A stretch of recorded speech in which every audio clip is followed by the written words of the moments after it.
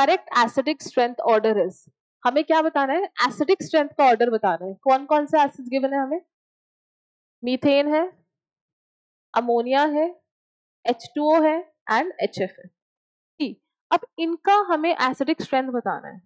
तो देखो हम क्या बोलते हैं, जैसे कोई भी एसिड ले ले, जैसे यहाँ पे HF ले लेता, ठीक है, HF क्या करेगा, H plus plus F minus बनाएगा, कि HF basically H plus lose करे और F माइनस बना रहा है, तो ये क्या था हमारे पास, इसका कॉरेस्पॉन्डिंग कॉन्जुगेट बेस,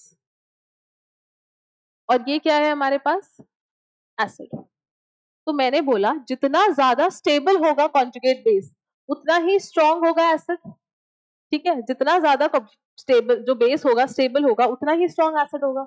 यानी कि मैं बोल सकती हूँ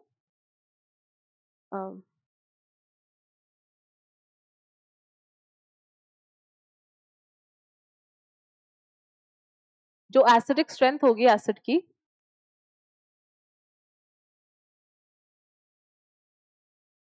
वो डायरेक्टली प्रोपोर्शनल होगी किसके, stability of conjugate base.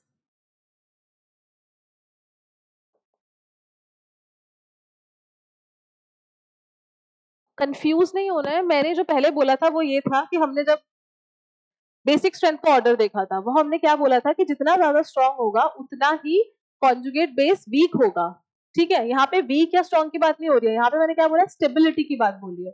Obviously बात है ना, जितना यहाँ पे बनने वाला स्पीशीज स्टेबल होगा उतना ही जल्दी एसिड रेडिली बनाने की कोशिश करेगा, तो उतना ही जल्दी H प्लस देगा, तो मतलब एसिडिक स्ट्रेंथ भी ज्यादा हो जाएगी। और जो स्टेबिलिटी होती है कॉन्जुगेट बेस की वो इनवर्सली प्रोपोर्शनल होती है उसकी बेसिक स्ट्रेंथ के। जितना ज्यादा कोई चीज स्टेबल होगा, बेस अगर स्टेबल है तो ऑब्वियसली बात है ना वो बेस की तरह तो वीक होगा ना, मतलब मैं ये बोलना चाहती हूँ जितनी ज्यादा स्टेबिलिटी है उतना ही उसका स्ट्रेंथ वीक होगी, ठीक है। तो क्या बोला, एसिडिक स्ट्रेंथ जो है वो स्टेबिलिटी ऑफ कॉन्जुगेट बेस के डायरेक्टली प्रोपोर्शनल है। तो हम क्या कर सकते हैं, इस कॉन्जुगेट बेस की स्टेबिलिटी कैलकुलेट कर सकते हैं।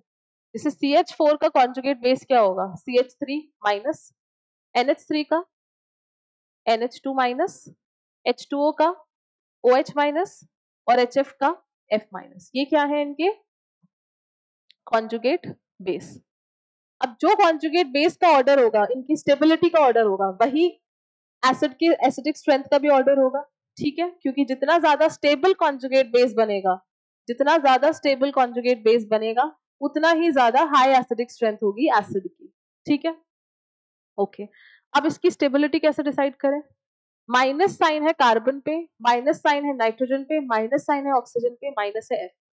अब इन चारों में से इलेक्ट्रोनेगेटिविटी सबसे ज्यादा किसकी होती है, डेफिनेटली फ्लोरीन की इलेक्ट्रोनेगेटिविटी सबसे ज्यादा है, तो नेगेटिव चार्ज सबसे ज्यादा स्टेबल किस पे है, F माइनस पे सबसे ज्यादा स्टेबल है, यानी F माइनस सबसे ज्यादा हो गया स्टेबल। कॉन्जुगेट बेस की स्टेबिलिटी कैसे देखूंगी, इस माइनस चार्ज पे, माइनस चार्ज से, माइनस चार्ज F पे है तो बिल्कुल स्टेबल है। अब ऑक्सीजन पे माइनस स्टेबल है, नाइट्रोजन पे या कार्बन पे, फ्लोरीन के बाद जो सबसे ज्यादा हाईएस्ट इलेक्ट्रोनेगेटिव एलिमेंट है वो कौन है, ऑक्सीजन, तो ऑक्सीजन ज्यादा स्टेबल है, O पे माइनस ज्यादा स्टेबल है। उसके बाद NH2 माइनस और कार्बन डेफिनेटली नाइट्रोजन पे ज्यादा स्टेबल है। उसके बाद CH3 माइनस पे, तो कॉन्जुगेट बेस की स्टेबिलिटी क्या आ गई, स्टेबिलिटी ऑर्डर ये है, तो दैट मींस इनके कॉरेस्पॉन्डिंग एसिडिक स्ट्रेंथ का ऑर्डर क्या होगा, HF सबसे ज्यादा, उसके बाद H2O, देन NH3 एंड उसके बाद मीथेन। तो एसिडिक स्ट्रेंथ का ऑर्डर भी क्या होगा, वही जो स्टेबिलिटी ऑफ कॉन्जुगेट बेस का ऑर्डर है, ठीक है। सो कौन सा हो जाएगा इसमें, ऑप्शन नंबर A, HF सबसे ज्यादा, वाटर एंड देन। सो ये वाली चीज हमने याद रखनी है।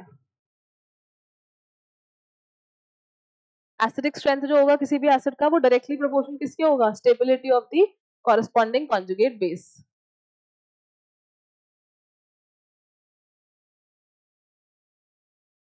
और जितनी ज्यादा बेस की स्टेबिलिटी होगी उतना ही वीक बेस होगा, सही है। तो ये सब कुछ मैच कर गया कि जितनी ज्यादा एसिडिक स्ट्रेंथ उतना ही स्टेबल कॉन्जुगेट बेस एंड उतना ही वीक उसका बेस, ठीक है, स्टेबिलिटी ज्यादा तो बेस वीक।